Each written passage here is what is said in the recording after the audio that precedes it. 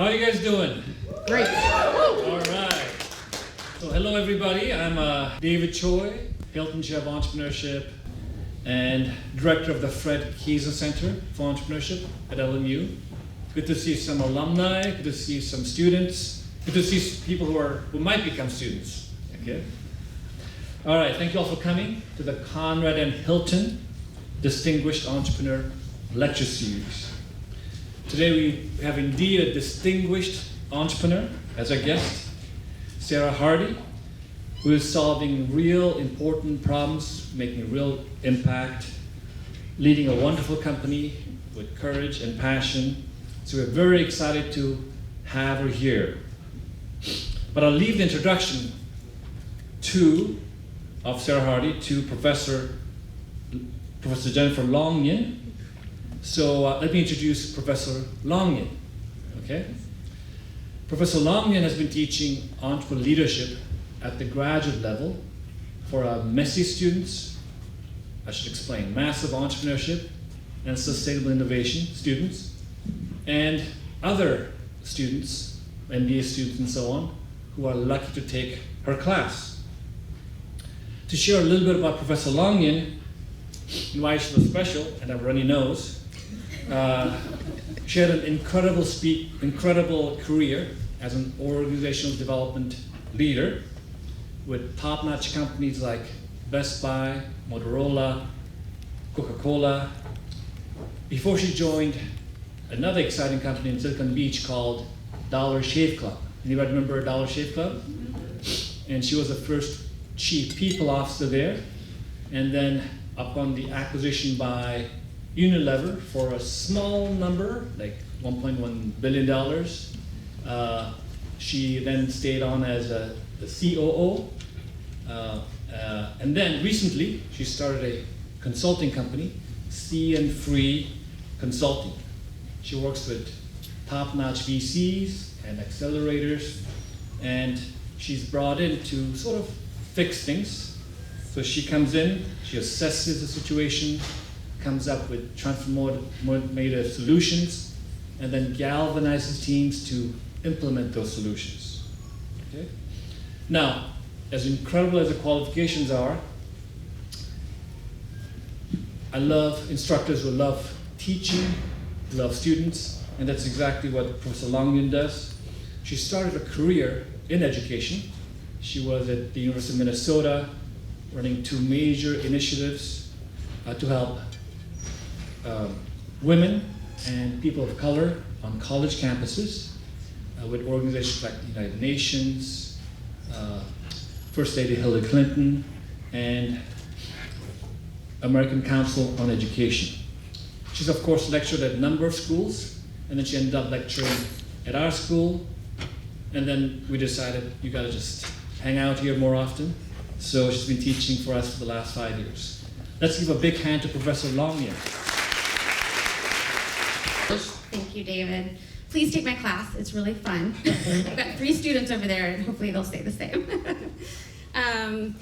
It's an incredible honor to be here tonight and have this opportunity, and I want to introduce Sarah Hardy. She is the trailblazing co-founder and chief people and experience officer of Bobbie, the first and only female-founded mom-led organic infant formula company in the US. Sarah's impressive career spans 20 plus years. You're going to see a little bit glimpse of all of that here tonight, during which she's scaled operations and built cultures in hypergrowth companies. She leads people and experience in Bobbie, and she's committed to creating a supportive, innovative workplace, drawing on her years at Airbnb, where she pioneered people-focused practices that helped the company soar. You probably read a little bit in coming tonight, but Sarah's groundbreaking work has garnered major awards for Bobbie, including Fast Company's Best Place to Work for Innovators, Charter 30, the 2024 Future of Work Leaders, Time 100 Next Influential Leaders, and the Fortune Best Place to Work for Millennials in the SF Bay Area, which I know how those processes work, and so that is a huge testament. Now, how I know Sarah, a couple years ago, I was in Vegas, and it wasn't that kind of trip. It was one of those boring, like 3,000 people professional conferences. And I got a last minute ask to go join a panel because somebody called in sick. And I had no information on this panel. I was invited by BMG Partners, which is a venture capital firm. And I come to the room and this incredible woman walks up to me and she's wearing this incredible, like, bright pink suit. She goes for color. And she comes right to me and she's like, "Hi, Jen, I've really wanted to meet you." And I was like, "I would love to say the same, except I don't even know who's on this panel." And I found out Sarah was on the panel. But you know those moments when you meet somebody that has an immediate impact on you, where when they speak, how they hold themselves, the way they come into a room just captures your attention and you immediately know that they've got credibility and respect. That's Sarah. And the stuff that she's done at Bobbie is incredible, so I'm really excited to be able to share that with all of you tonight. She invited me to be on the stage with her tonight, so we're gonna just have a conversation and invite you to join us. Hopefully that'll be a nice way to settle in this evening. So with that, I thought we should start with your story.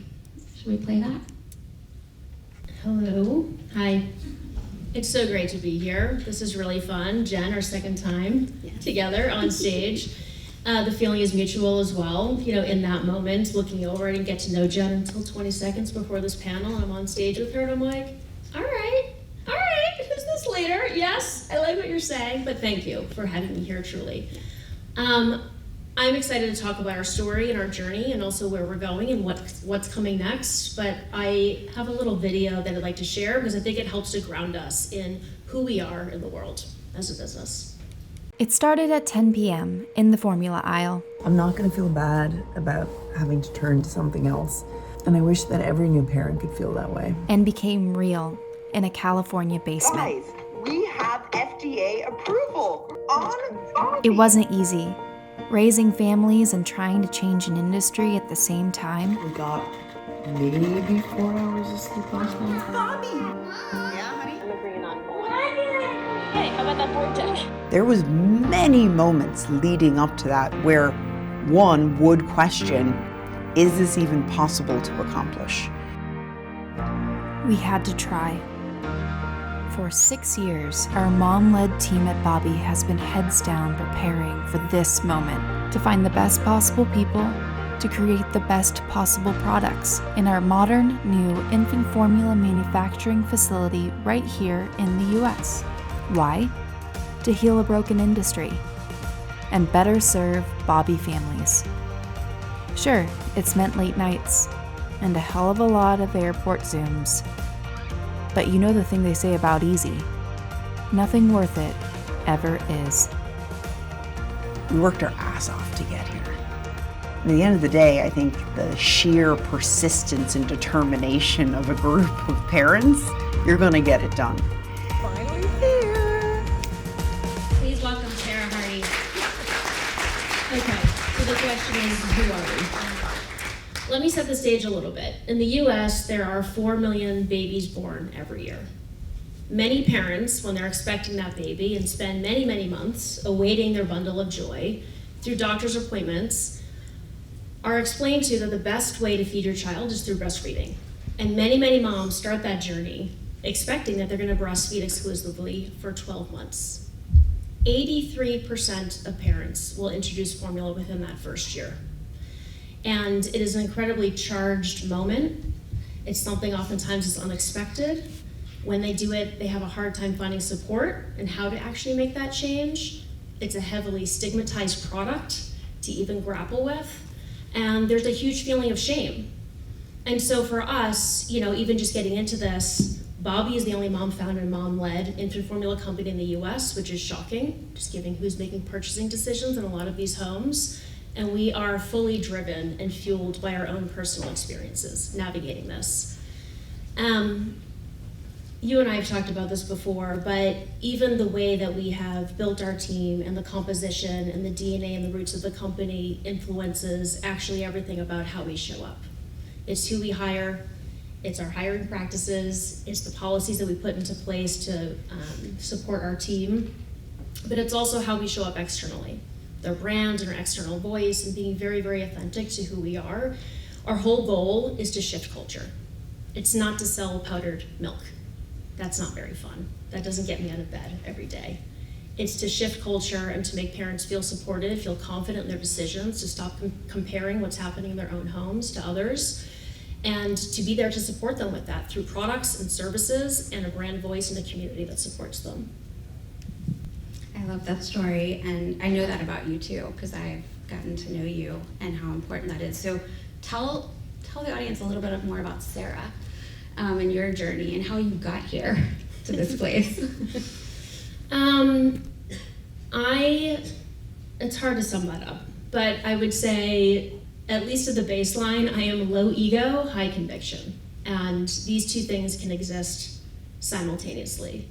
As a co-founder of Bobbie, my number one job is to wake up every single day and ask what Bobbie needs of me today.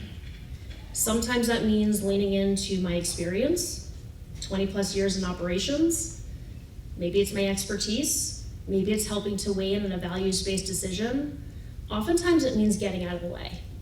And that's a real reality of being a co-founder, is not being afraid to identify when your business needs something different, a new expertise you don't have, to hand over the reins in decision-making because you're a bottleneck. And so for me, I really try to straddle this low ego, don't let my ego get in the way of what it is that we're here to accomplish together, but having a lot of conviction and confidence in how I'm navigating decision-making. And that tension it's palpable. I feel it constantly. Yeah.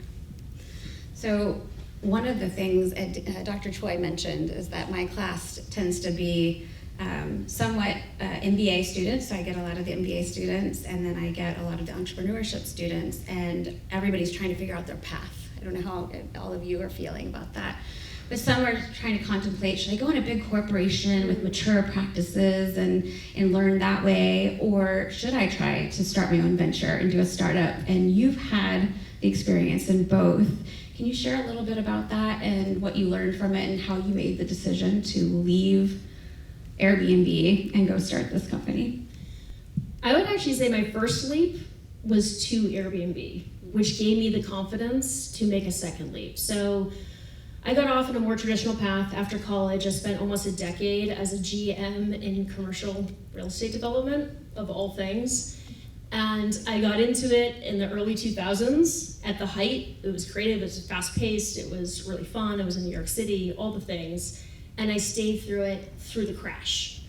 And I watched all of my real estate developers turn into asset managers. My clients were now banks. I was managing down to a penny to try to, sell these buildings that had all basically plummeted. But in a decade, I had kind of seen it all. And we had just moved to San Francisco, and I was still in this industry, and I had a new job in San Francisco doing something similar that I was doing in New York. And I was surrounded by people who were entrepreneurs for the very first time in my life. And I ended up making the leap to this little known company that nobody knew, Airbnb, Airbnb is what everybody called it at the time. They had 50 people in San Francisco, and I just made the jump into the unknown. And it was really scary. Day one, getting in there, I knew it was the right move. And so I would just say for each of you, it actually only gets harder. I looked around joining Airbnb. I was so much older than everybody else. I had taken 3 steps back on my resume. I had this huge progression. I took a huge pay cut. I was making $70,000 my first job at Airbnb after spending a decade. And I just threw myself into the deep end. But I share that because, sometimes it is that first step. And maybe it's actually not your first venture on your own. Maybe it's doing something that feels scary. I promise you, it only gets harder.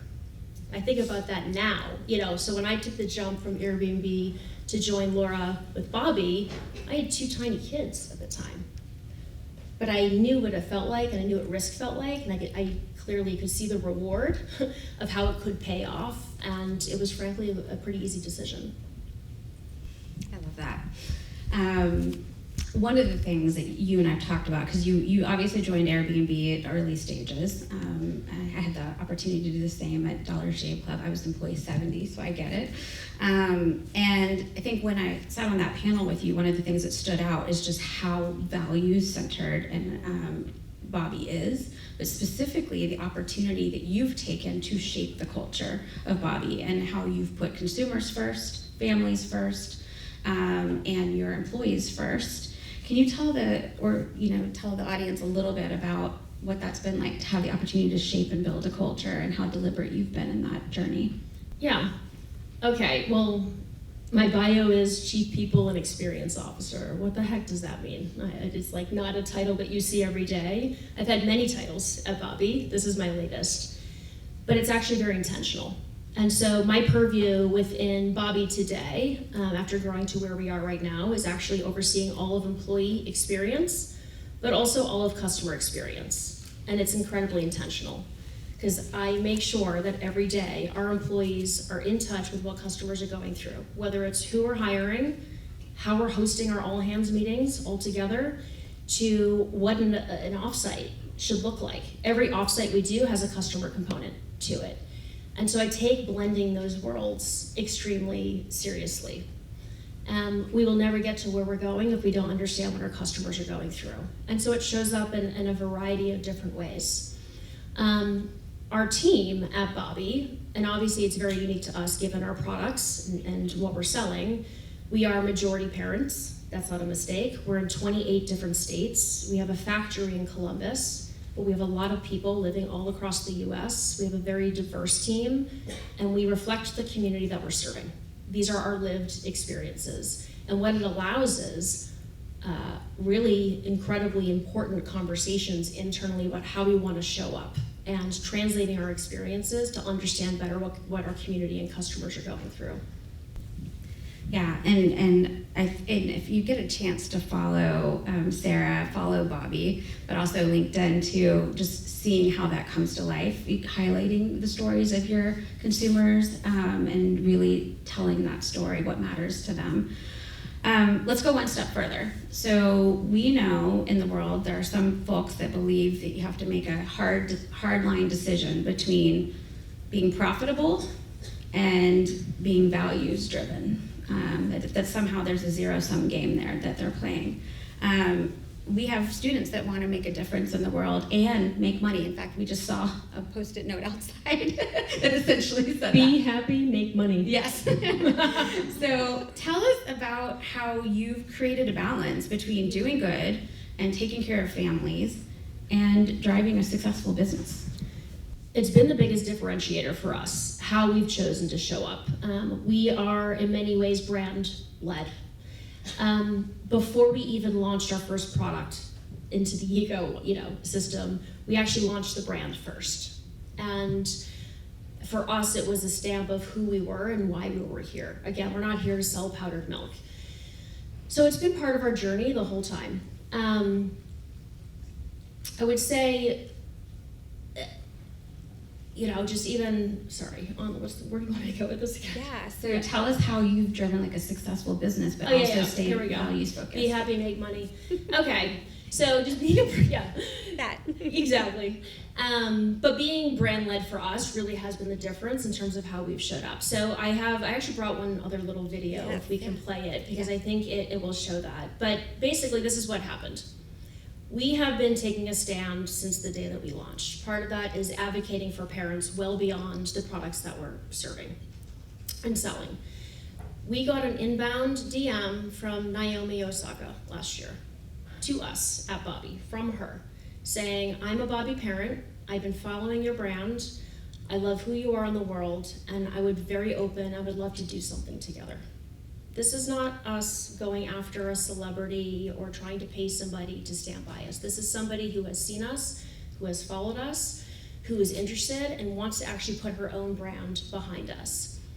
And personally, I have done a lot of work just in and around paid leave. And I'm gonna tie these together. But paid leave to me has been incredibly important since, even my own story and having babies. And with Naomi, we saw an opportunity for her. She was just about to go back to work, which for her is back to the court. And the Australian Open was coming up. And so we said, hey, can we tell your story about going back to work, going back to court? I'll play a little video and I'll share with you what the results were from it. They'll say it's a comeback. a bounce back.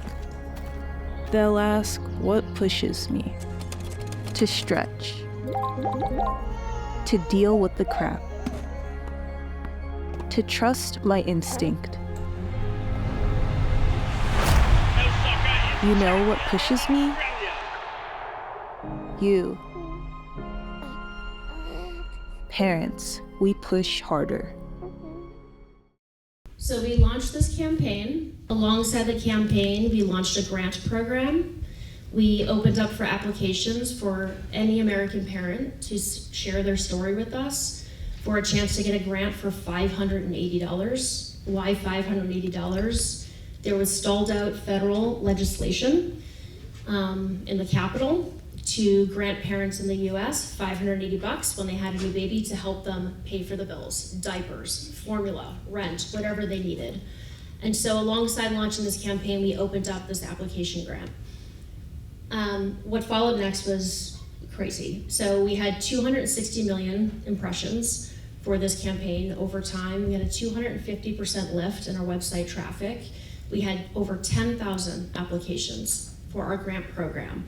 And we had 12,000 letters written to Capitol Hill to try to push the Family Act to get passed.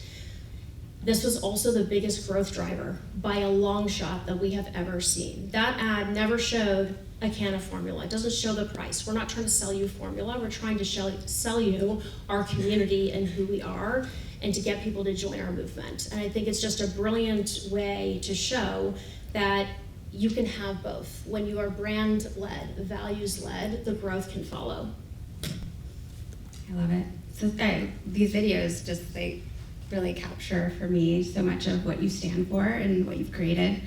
I thought it would be good if you guys are okay with it, if we take maybe one or two, max two questions right now in the midst of our conversation. So students, I don't know if anybody's got a really great question for Sarah, but let's take a moment and see if anybody's got any. Or the dean, if you have one. I'm curious how you came up with the name Bobbie. My co-founder's daughter could not say the word bottle. She called it a Bobbie. We get that question all the time. As a follow-up question, talk to us about how you went from sort of the Bobbie concept, named for her child, to that incremental growth. It starts with the team. So we're not from this industry. My co-founder and I, we met at Airbnb. We both have operations backgrounds. We're not scientists. I'm not a supply chain person. The very first thing we did was build our team. And our team looked actually very different from what you would typically expect. It wasn't a few engineers in the basement. I know that's the story that everybody loves to tell. We actually created what we called a motherboard. And that motherboard was a panel of experts around us from the industry to teach us about the industry. We had pediatricians, we had OBGYNs, we had scientists working with us. I had a chief supply chain officer from two different companies that were working with me. And it was an amazing way to find, first, people who believe in you and believe in what you're doing. We offer them equity in our company. We didn't have any money to give them. And there was a bunch of no's that we got for every person we asked, but the one yes was emphatically behind what we were doing. That is who launched our business into the ether. It was a super small core team and then surrounded by probably about 15 experts that we had around us. Many of them are still with us today, actually. So I'd say that's really important to think about how are you actually get this thing off the ground and where are you getting your advice from? Who are you pulling in? How do you find those people? After that, I think there's one, you've probably heard it before, Paul Graham, do things that don't scale. We talked about this all the time at Airbnb. It's one of the very first things and the principles that we practice just internally is not being afraid to try things, even if you can't see a path to how to scale them. So when we launched Bobbie, we did a friends and family launch, we hand delivered every single bundle of formula. And I will tell you, you will not learn more about your customers than you can by standing on their doorstep. Seeing a stressed out parent with a baby on the hip, whose house is a wreck, who has questions about the ingredients in your product, it was incredibly humbling, but it also gave us a ton of insight as to how we were going to take this thing nationally. And we ended up hitting all 50 states in our direct-to-consumer model within 2.5 weeks after launching. So the scale came very quickly for us.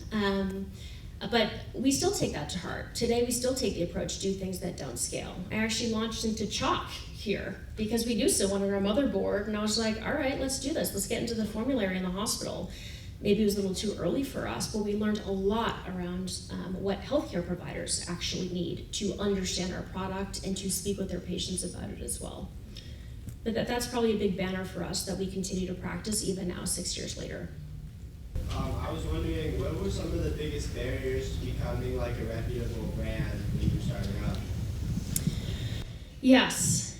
The biggest barrier is probably the fact, and I should note this, infant formula is the most regulated food in the United States. You have FDA, Food and Drug Administration. Infant formula is the only category that sits between the two. So in terms of building trust, there is such a huge barrier to entry just even into the category to begin with. So I think it's a little different in terms of how we showed up, because you can't just make formula in your basement and start selling it. It's just not allowed. So I'd say one point is just how do you think about not only the brand, but scientifically, this is the most vulnerable audience. We're talking about feeding babies, and that blend between community, advocacy, and support for parents, but also making sure that we were very science forward was incredibly important. Really understanding who your consumer is and what state of mind are they in. Beyond that, the thing that we did different was we started talking about feeding a baby. Before Bobbie came along, you had two huge players that had been dominating the market, 80% market share for decades. Similac is one of the brands, and I would say they weren't talking about formula feeding in ways that resonated with young parents today that are millennials. So to build trust for us, being mom-founded and mom-led continues to trend as the #1 point of trust for our formula, beyond many, many other characteristics. So, my big thing here is you need to find what's resonating with your consumers, lean into what those are, and it's going to look different for every product and every business. What were some of the distribution challenges that you faced, and how did you overcome those? Oh man, I know, this is a good one. Okay, well, I had just found our 3PL, so we launched as a direct-to-consumer business. Direct-to-consumer is still the majority of our revenue driver for our company. We launched into Target 2 years ago, and we're now in Whole Foods as of last week. So we've started to layer in retail. But early on, we experienced significant challenges scaling. The first thing is, hilariously, we really aspired to sell 100,000 cans of Bobbie in year 1. We ended up selling 3 million in a contractor manufacturing model. So we had a co-man model, we were not vertically integrated, and we had our contract manufacturing partner who was thrilled at all of our success, but not equipped at all to handle our growth. It was such a hard year. So we did 18 million that first year on the market in less than 12 months. It was incredible, but that was very challenging. We were very supply constrained, thank God, because I don't know if we could have handled any more than what we did. But right away was, when you have a product like ours, you can't spin up manufacturing overnight. And so managing that and finessing how we did that was really, really important, mostly so we can meet customer expectations. You didn't want to start somebody on a subscription and then not be able to fulfill their subscription 3 months later because you've run out of product. I would love to talk about, okay, so in 2022, you may have turned on the news and seen the infant formula shortage here in the US. So quick background on this, because it actually gets to what you're speaking about, is the biggest market shareholder in the infant formula category had a major recall and pulled the majority of their products overnight off shelves. They owned 40% of the market. All of that demand had to scatter. If you can't breastfeed, the only other way to feed a baby is infant formula, and we didn't have enough in the US. This is scary. This is parents driving for 7 hours a day from retailer to retailer trying to find any product, much less the one that they've been using for the last few months. We were direct to consumer, we had a subscription model, and we had a fork in the road. We could have left our website on, we could have blown the revenue through the roof, and we decided to shut our website off for new customers. In our second year on the market, so this all happened, we had just been selling for 14 months. In our second year on the market, we had our website turned off for new customers for over 7 months because we reserved enough product to be able to feed our subscribers. We had this on our package. When you receive bundles of Bobbie, it says, when you subscribe to us, we subscribe to you. And in that moment, we were like, we have to live up to what we have promised. It was very counterintuitive. I can tell you a lot of investors did not agree with the decision that we made. When we came back online, it is still the #1 driver of referrals for us, as people know who we were. Bobbie customers were the only one who didn't experience an infant formula shortage. But again, like, these things are challenging. This is not about popping up a website. We're talking about physical products and manufacturing, and even then, you can see very quickly we didn't have the same opportunities that maybe other companies would be able to navigate some of these scaling challenges that we've had over time. Thank you for sharing that story. I love that story. I don't think I've told you, but my brother, my niece, is a Bobbie baby. And it was right after that time because my family loved that you all did that. And so they signed up. So she's a Bobbie baby. So thank you, Sarah. I love, so inspirational. Another thing that was really inspirational is all the work you did in front of Congress. Like, so you've talked about it already, about your advocacy for paid leave, for access to childcare, and how that one is not only important to Bobbie, but something very important to you. Can you tell us a little bit about how you got yourself into speaking in front of Congress and why that was important to you? Last fall, I got an email from my team saying, Senator Elizabeth Warren has invited you to testify before Congress in 48 hours. You asked who I am in the world? I'm actually an introvert. I don't love press. I don't love all this stuff. And I'm like, me?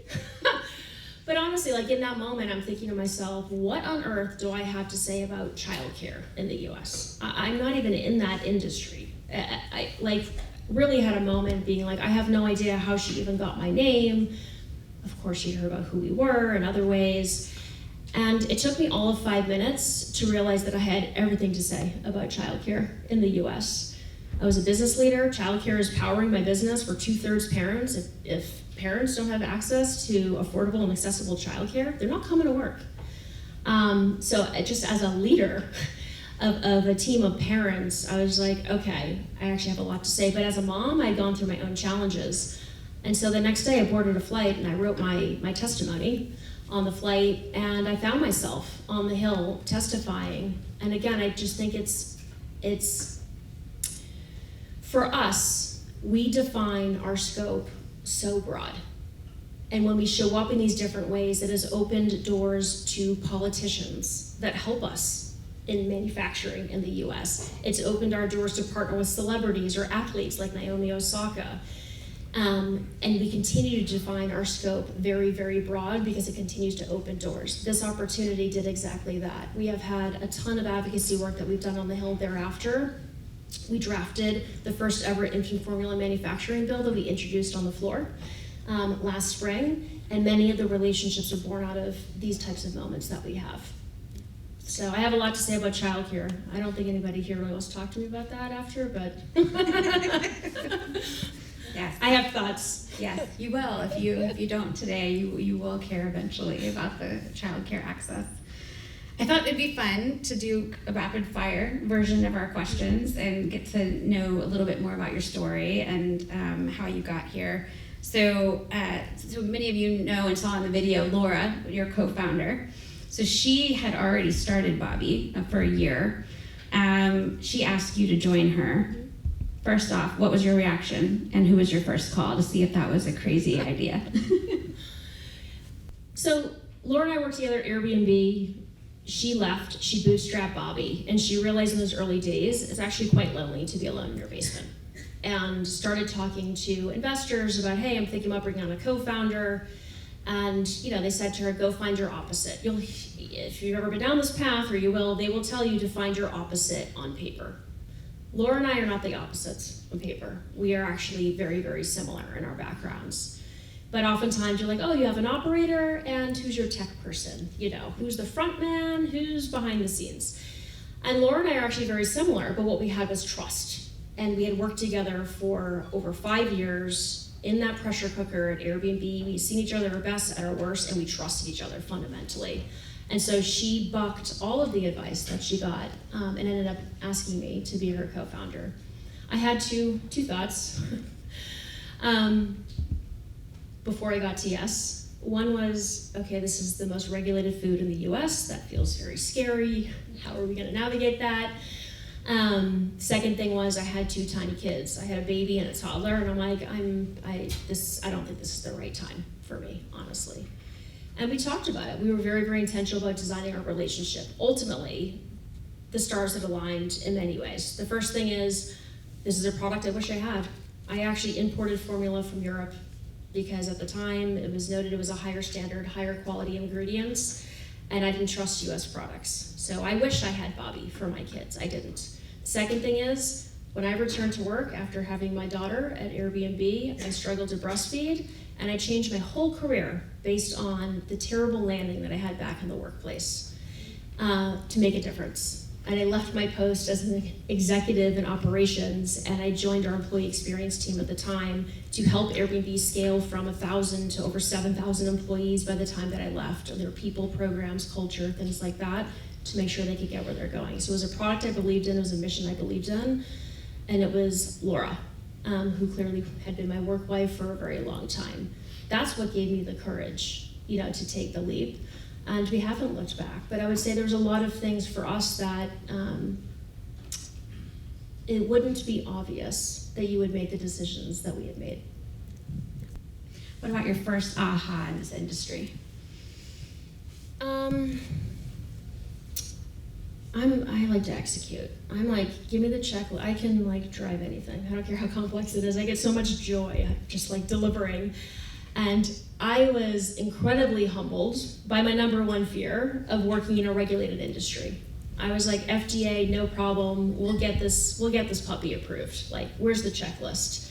I had not enough appreciation for the art of managing relationships, especially with something like the Food and Drug Administration. And so that for me was a very big aha. And just recognizing the space that we were in as newcomers in the space, and we were incredibly disruptive, but didn't have enough regard for thinking about how we're going to build those partnerships and relationships that we needed so we could have long-term success in the category. One of the other things that you mentioned, you were talking to investors. What was your first pitch like that you personally had to participate in? Well, right away if it's resonating, I'll tell you that. I'm sitting here in this room right now. I mean, I can paint the picture for you, pitch after pitch after pitch. So I joined Laura after she closed the pre-seed, $2 million. We have since together raised another $140 million in the last 3 years. And you walk in, you have your pitch. I will tell you, oftentimes in this space, when you're talking to investors, there's a lot of men. They have not struggled to breastfeed. That is not lost on me, even in this audience here right now.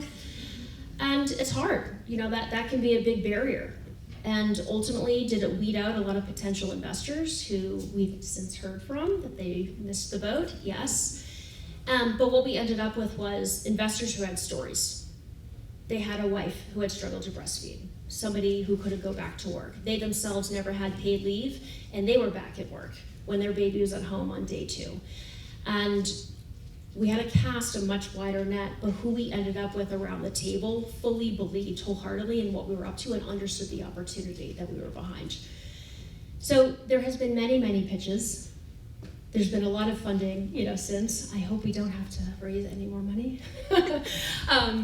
But no, I think it looks very, very different for different people, but you shouldn't get discouraged, because the truth is I have learned something from every single pitch that I have ever been a part of. And sometimes it's more conviction about what we're pitching. Yeah. I tell students that all the time. Sometimes it's just being relentless and not giving up, and that can win people over. So tell us a little bit, you mentioned your motherboard, but tell us about your first hires. My number one job, early days, was recruiting. As co-founders, Laura and I took that extremely seriously. Every night from 9 p.m. to 1 a.m., I kid you not, I was on LinkedIn. And we handpicked the first 35 people that we hired at Bobbie. This was not easy. For every 10 outbounds I was sending on LinkedIn, maybe one would write back, and maybe a half of one would be like, okay, fine, I'll take a phone call. Recruiting is so incredibly important. It becomes the backbone of your company. It's how you establish who you are, your values, how you practice, and then it becomes the flywheel for everybody else that you hire after that. Today we have 160 people in the company. We have a factory in Ohio. We have everybody else across, and I have so much confidence in the way that we operate because of the time and attention and how seriously we took our roles as recruiters early days. I have had a lot of jobs myself, in this as well, and I think that's something to recognize, just your evolution as a co-founder in any space that you're in. It changes over time too, and it's given me a huge different perspective on what I think I need in different spaces too. So I've been a recruiter, I've been our head of HR, I've been our supply chain manager, I've done warehousing, I answered all of our customer support calls early days, I've done it all. And again, I knew the right time to take a step over and to bring the right person in to help to take it to the next level. Yeah, and that's so key, right? In order to scale, is to recognize we have surpassed my skills and capabilities. It's time to go get somebody. That's great. I have one last question, so I want all of you to be thinking about your incredible questions for Sarah. I guess we've got the next generation of entrepreneurs and leaders right here in this room. And we have a lot of females as well. So first, what's your advice in general on shaping your leadership and how you would recommend people kind of take that next step in their career? And then specifically, what do you want to say to our young female entrepreneurs in the audience? Why don't I start there, and then we'll go. Less than 2% of VC funding goes to female founders. Men are not going to solve our problems. I'm talking to you. Whether it's Willow disrupting the breast pump industry, Heidi over at Third Love disrupting bras, creating half sizes for bras. Who knew 60% of women are in between 2 sizes? It's what Bobbie's doing in infant formula, and representation is so incredibly important because we're the only ones who intimately understand the experience that we're trying to solve for and the problem that we're solving for. And so I would encourage everybody here to think about that, because nobody's coming to rescue us or to think about us. They don't have our lived experiences, and it is so incredibly important. It's 50% of the population. Okay, so that's that. But beyond that, if you are somebody who's noodling on an idea, tell someone. It feels very scary sometimes, but just sharing that idea with somebody for the first time, it holds you accountable. You're gonna learn something as well. If you've shared your idea with people but don't know where to go next, ask for help. I have been humiliated, I've been in condescending conversations, I've been told this isn't really a thing, and it's so easy to get discouraged if you look at those moments the wrong way. And sometimes you don't know where to start for help. I was just sharing with David, I don't come from a long line of entrepreneurs. Nobody in my family is an entrepreneur. I wasn't exposed to them. Airbnb was my first leap, where I got a taste of what I thought it could be.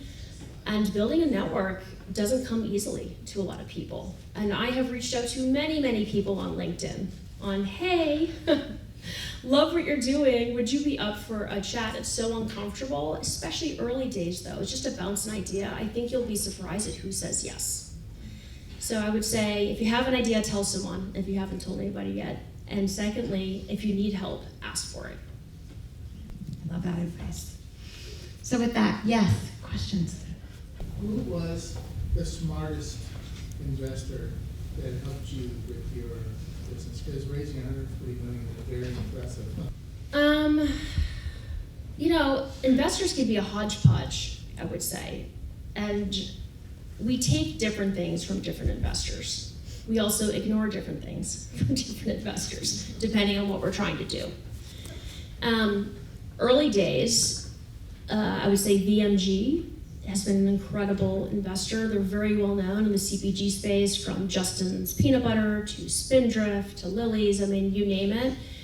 One of the reasons why we chose them to lead our Series A is because of how they structured their firm, where they truly are there to support you. Jen and I know each other because of their HR operating partner at VMG. And she's amazing. And to have somebody in a safe space that you can talk to about who's experienced this challenge. Hey, I'm trying to set up my supply chain right now. Who's done this before? Who's 5 steps ahead? So to be able to bring in money that comes with a network like that is huge. Because otherwise, not to say you can't find it elsewhere, but it just takes a lot longer. So we definitely thought about what these firms were coming to the table with. And secondly, most importantly, if you have investors sitting on your board, is really understanding and spending time with them and getting to know them personally is critical.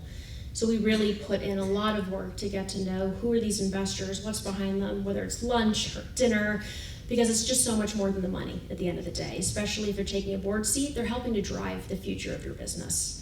And while you want the support, you also want to make sure that you're the one who's ultimately driving where you want to go and how you realize that vision, and making sure that you get the right advice, support, and money along the way to do it. Yes.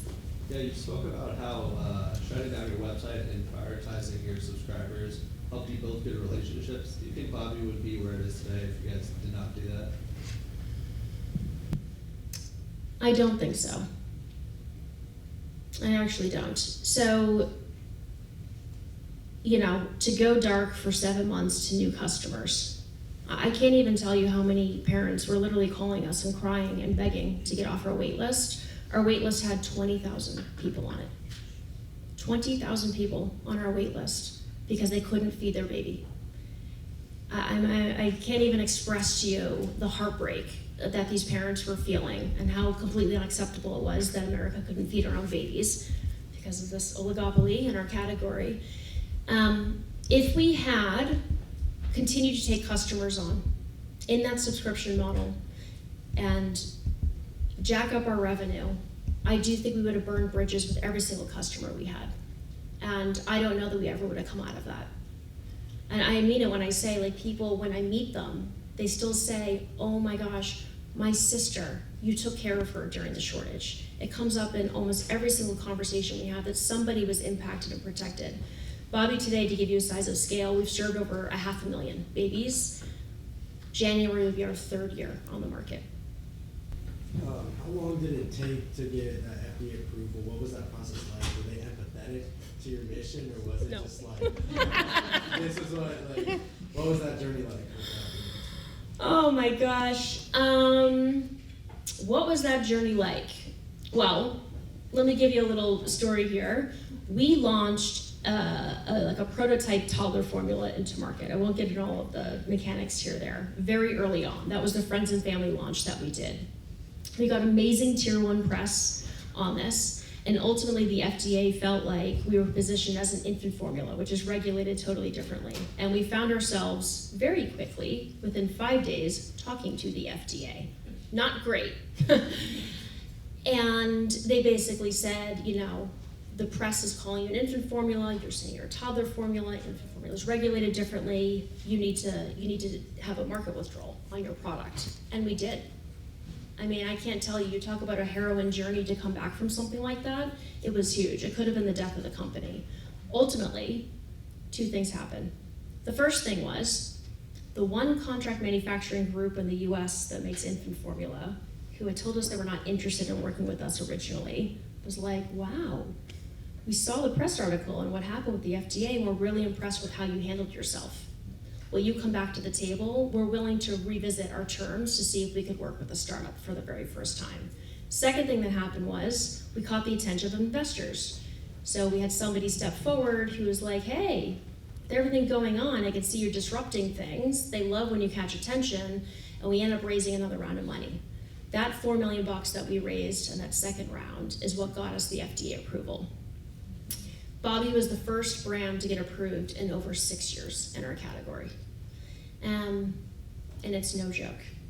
But it was, when I go back to appreciating the art of the relationship with something like, you know, the FDA is just so incredibly important to understand that and to have humility around what that means, what you know and what you don't know. And you could still be a disruptor, and you can still enter a category, and you can still have humility around how to do it, and you have something to learn from those that have done it before you.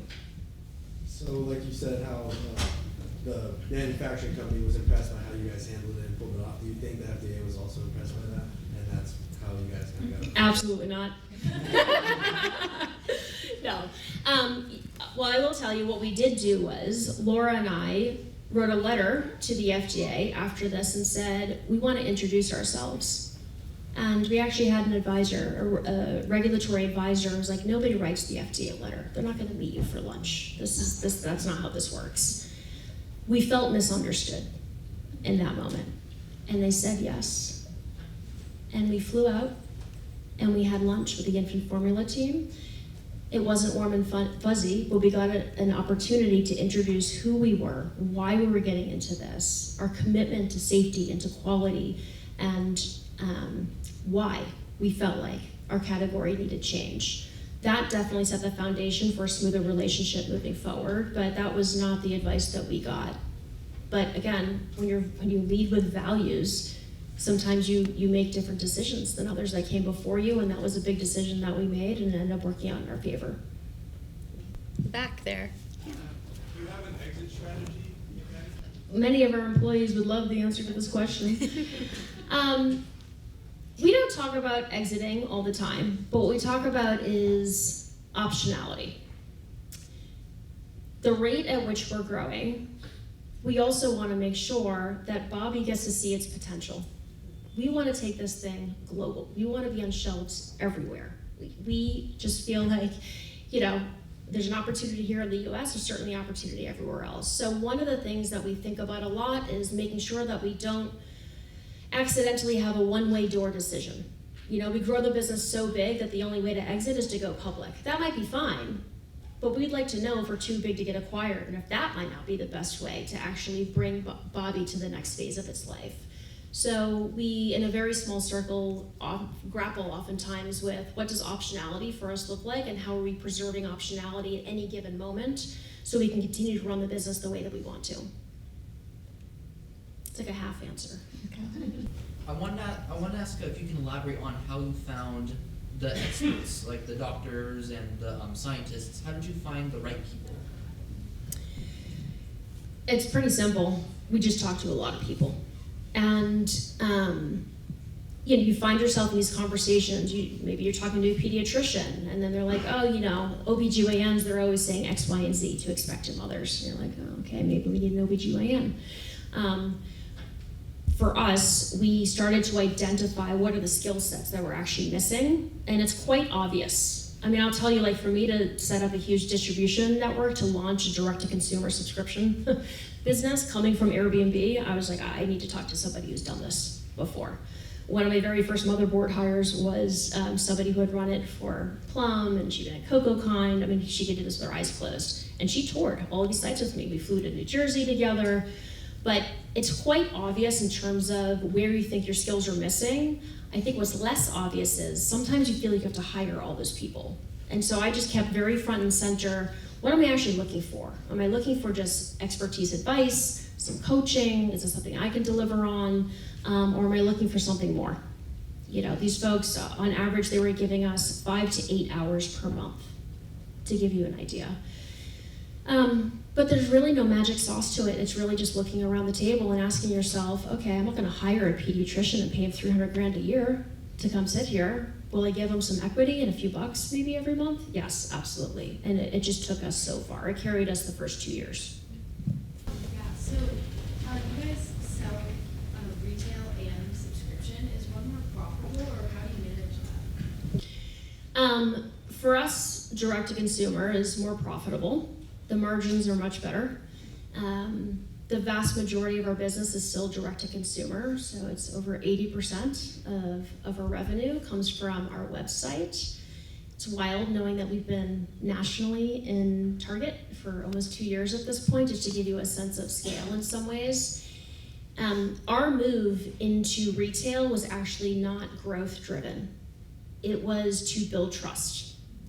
And we started seeing trust eroding as our footprint started getting bigger and bigger. Maybe a parent misjudges how much formula they need, they run out. They couldn't run to Target and pick up a can. And they couldn't wait 4 days for the next bundle of Bobbie to arrive. And so the two things around trust was, one, being able to actually supplement our core business model and revenue driver, but secondly, something about just sitting on a shelf It just feels real. And that's why we ended up moving into retail. Right now, we're still very conservatively building and layering retail onto our core business. Whole Foods is a great example. It was more of a brand alignment with who we are. As organic products, we're expected to be seen there, but not necessarily needed to grow the business today. It's definitely more of a long-term strategy of thinking about how do we effectively and responsibly layer that in over time. You can't be a household brand if you're not omni-channel, and we know that. As such a brand-driven business, as you guys look to the future, do you think you'll stay so brand-driven, or do you think you'll expand into different products within your industry? This is like the number one investor question we get in every pitch. It's like, what's after formula? It's like, actually, that's it. Formula, like I mentioned, is the most regulated food in the US. There are other companies who offer and sell formula, of course, but they typically add it on as a product down the road. For us, we climbed the highest mountain first, and we see a huge opportunity. Formula globally is a $73 billion industry. And so for us, there's so much room for us to play to double down in that space, especially knowing how big that regulatory moat is for other competitors to pop up. It's just new competitors don't pop up overnight. So for us, we've made a decision to double down in the infant formula space. We've done some ancillary products. We've got what we call boosters, probiotics, vitamin D drops, but they're all surrounding the feeding space unto itself. That is not the path that others have taken. Honest Company, you may have heard of it before. They tried to do formula. It was like their 70-second SKU that they had, and layering it on. Ultimately, infant formula takes a completely different skill set and focus, just given safety and quality is so critical. So we have no interest in making diapers or wipes or shampoo or anything like that. Most of your investors have equity, or do they have royalties? How much do you and your co-founder probably made? Well, I'm not going to share that. But it is important to know, when you bring these investors to the table, not only do they have sway sometimes over how you lead your business, especially if you have people on the board, but you are giving them a piece of your company. And maintaining control is a really big deal as a founder. You can very quickly find yourself with a very small, percentage of your own company left and not a whole lot of control over it.